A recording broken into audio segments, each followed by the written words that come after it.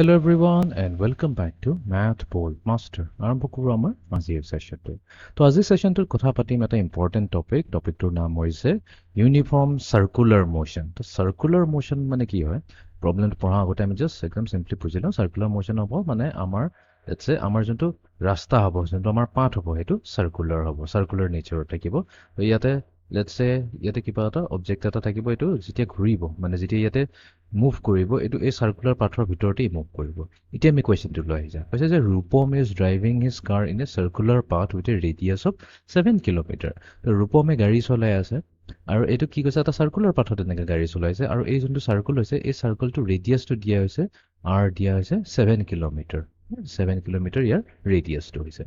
He completes one full circle in exactly 2 hours. তো তাৰ মানে এইটো ইয়াৰ পৰা আৰম্ভ কৰিলে। তো আৰম্ভ কৰিলে কি এনেকৈ মুভ কৰি থাকিব, গৈ পুৰা এক টাৰ্ণ মাৰিছে, পুৰা এক পাক মাৰা পেলাই মানে আকৌ এতে আহি যদি পালেহি তেতিয়া কিমান টাইম লাগিব, তাক 2 ঘণ্টা লাগিব। ঠিক আছে, আৰ দিয়া আছে 7 কিলোমিটাৰ, টাইম দিয়া আছে 2 আৱাৰ্ছ। ঠিক আছে, এইখিনি আমাক দিয়া হৈছে, এইখিনি ইনফৰ্মেশ্যন দিছে। Maintaining the same speed throughout is journey. এতিয়া কৈছে আমাৰ যোনটো স্পীড আছে এইটো ফিক্স আছে, এইটো চেঞ্জ হোৱা নাই। যদি সি 5 কিলোমিটাৰ পাৰ আৱাৰত গৈ আছে তেনেহ'লে প্ৰতিটো মোমেণ্টত যদি আমি চাওঁ 5 কিলোমিটাৰ পাৰ আৱাৰতে হ'ব। তাৰমানে ইয়াক এটা ইউনিফৰ্ম স্পীড মেইনটেইন কৰিছে। আমাক সুধিছে what is the speed, calculate the speed at which Rupam is driving his car. তো আমাক এতিয়া কি উলিয়াব দিছে, স্পীড কেলকুলেট কৰিব দিছে। এতিয়া আমি নৰ্মেল যদি স্পীড কেলকুলেট কৰিলোঁ, যদি বোলে লেটছে আমাৰ যোনটো ৰাস্তাটো হয় এনেকুৱা চিধা পইণ্ট এ পৰা পইণ্ট বি লৈ গৈছে, ইয়াতে বোলে ডিষ্টেঞ্চটো দিয়া আছে, এইখিনি ডিষ্টেঞ্চটো দিয়া আছে, প্লাছ কিমান টাইম লাগে সেইটো দিয়া আছে, তেনেহ'লে আমি জানো যে স্পীডৰ ফৰ্মুলাটো কি আছে, টোটেল ডিষ্টেঞ্চ ডিভাইডেড বাই টাইম টেকেন। এইটো হৈছে আমাৰ স্পীড ওলোৱাৰ ফৰ্মুলাটো। এতিয়া অলপ কেয়াৰফুল থাকিব লাগে যে আমাৰ ইয়াতে ডিষ্টেঞ্চটো কি হ'ব। ইয়াতে ডিষ্টেঞ্চ যদি আমি 7 কিলোমিটাৰ কওঁ, ভুল হৈ যাব। কেলে? বিকজ এইটোতো ৰেডিয়াছে হৈছে, এইটোতো হৈছে চেণ্টাৰৰ পৰা যোনটো আমাৰ চাৰ্কামফাৰেঞ্চৰ ডিষ্টেঞ্চটো, সেইটোকে আমি ৰেডিয়াছ বুলি কওঁ। এইটোত 7 কিলোমিটাৰ দিলে এইটো ভুল হৈ যাব। তো এতিয়া ডিষ্টেঞ্চটো কেনেকৈ হ'ব? তো একচুৱেলি আমাৰ ডিষ্টেঞ্চ কি হৈছে, চাৰ্কুলাৰ পাথ হৈছে, তো তাৰমানে কি চাৰ্কুলৰ ওপৰতেই গৈ আছে। তো চাৰ্কুলৰ যোনটো চাৰ্কামফাৰেঞ্চ হ'ব, সেইটোৱেইটোতো হৈ যাব তাৰ ডিষ্টেঞ্চটো টোটেল 2 পাই ইনটু ৰেডিয়াছ। 2 পাই ইনটু ৰেডিয়াছ হৈ গ'ল, ডিভাইডেড বাই টোটেল টাইমটো।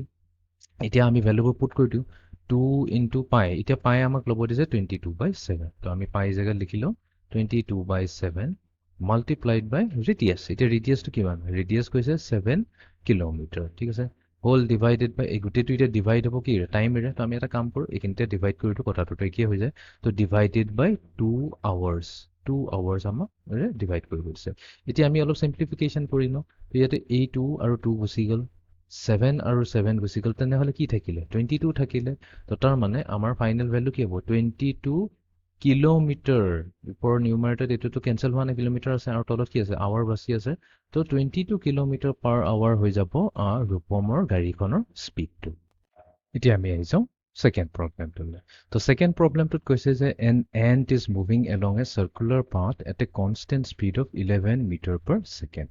অ'কে, এগেইন আমাক কি দিছে, এটা চাৰ্কুলাৰ পাথ এটাই দিছে। আমাৰ তাত এটা চাৰ্কুলাৰ পাথ আছে। তো এই চাৰ্কুলাৰ পাথটোত আমাৰ এটা পৰুৱা এটা দিছে। এই পৰুৱাটো লেটছে এইখিনিৰ পৰা আৰম্ভ কৰিছে আৰু ই কি কৈছে, এই চাৰ্কুলাৰ পাথটোতে ই মুভ কৰি আছে। আৰু ইয়াৰ যোনটো স্পীডটো দিছে, এই স্পীড দিছে, স্পীড হৈছে equals to 11 meters per second. Next কৈছে, there's a circular path has a radius of 21 meter. তো আমাৰ যোনটো চাৰ্কুলাৰ পাথ হ'ব, তাৰ ৰেডিয়াছ r দিছে ইকুৱেলছ টু 21 meters. নেক্সট সুধিছে calculate the time required. Time উলিয়াব দিছে for the end to complete half of one complete revolution around the circle. তাৰমানে কি? তো মানে আমাক কৈছে যে এ পৰা, এইটোতো গৈ আছে চাৰ্কুলাৰ পাথত, বাট লেটছে এক্সেক্টলি এৰ অপজিটত এইটো আছে, পইণ্ট বিত আছে, তেনেহ'লে এ পৰা বি লৈ যাবলৈ কাৰণে কিমান টাইম লাগিছে সেইটোহে আমাক কেলকুলেট কৰিব দিছে। অ'কে, তো এতিয়া আমি জানো স্পীডৰ ফৰ্মুলা কি হ'ল, স্পীড হৈছে ইকুৱেলছ টু ডিষ্টেঞ্চ ট্ৰেভেল বা টোটেল ডিষ্টেঞ্চ, এনেকৈ ক'ব পাৰোঁ আমি। টোটেল ডিষ্টেঞ্চ যোনটো পৰুৱাটোৱে গ'ল ডিভাইডেড বাই টাইম টেকেন। আমাক উলিয়াব দিছে টাইম, তো আমি এইটো ৰিএৰেঞ্জ কৰি ল'ম। তো ৰিএৰেঞ্জ কৰিলে আমি পাম time is equals to distance divided by speed হৈ গ'ল। অ'কে, এতিয়া ডিষ্টেঞ্চ আমি প্ৰিভিয়াছলি কি কৈছিলোঁ, ডিষ্টেঞ্চটো কি হ'ব, এই চাৰ্কুলৰ যোনটো চাৰ্কামফাৰেঞ্চ হ'ব সেইটোৱে হ'ব। এতিয়া গোটেই চাৰ্কুলৰ চাৰ্কামফাৰেঞ্চটো হৈ যায় 2 পাই r, বাট কিন্তু প্ৰব্লেমত আমাক গোটেই 2 পাই r ল'ব দিয়া নাই, কমপ্লিট হাফ কৈছে। হাফ ক'লে মানে কি, ইয়াৰ আধাটো হ'ব। তো তাৰমানে 2 and 2 কেঞ্চেল হৈ গ'ল, তেনেহ'লে আধা ডিষ্টেঞ্চত কি থাকিব, পাই ইনটু r এই থাকিব, পাই ইনটু r।